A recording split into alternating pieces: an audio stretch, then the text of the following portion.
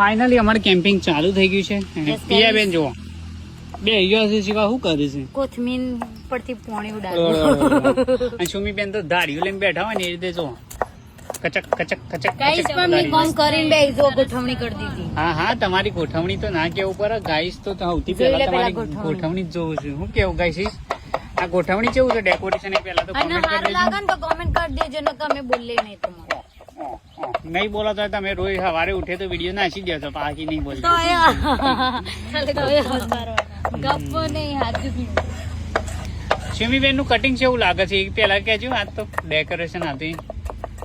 પેલા ડેકોરેશન ની તારીફ કરજો. પિયા બેન બળી ગયો છો જો બળી નહીં. કટિંગ ની વાત કરીએ એટલે એટલે પિયાબેન બળતરા થાય.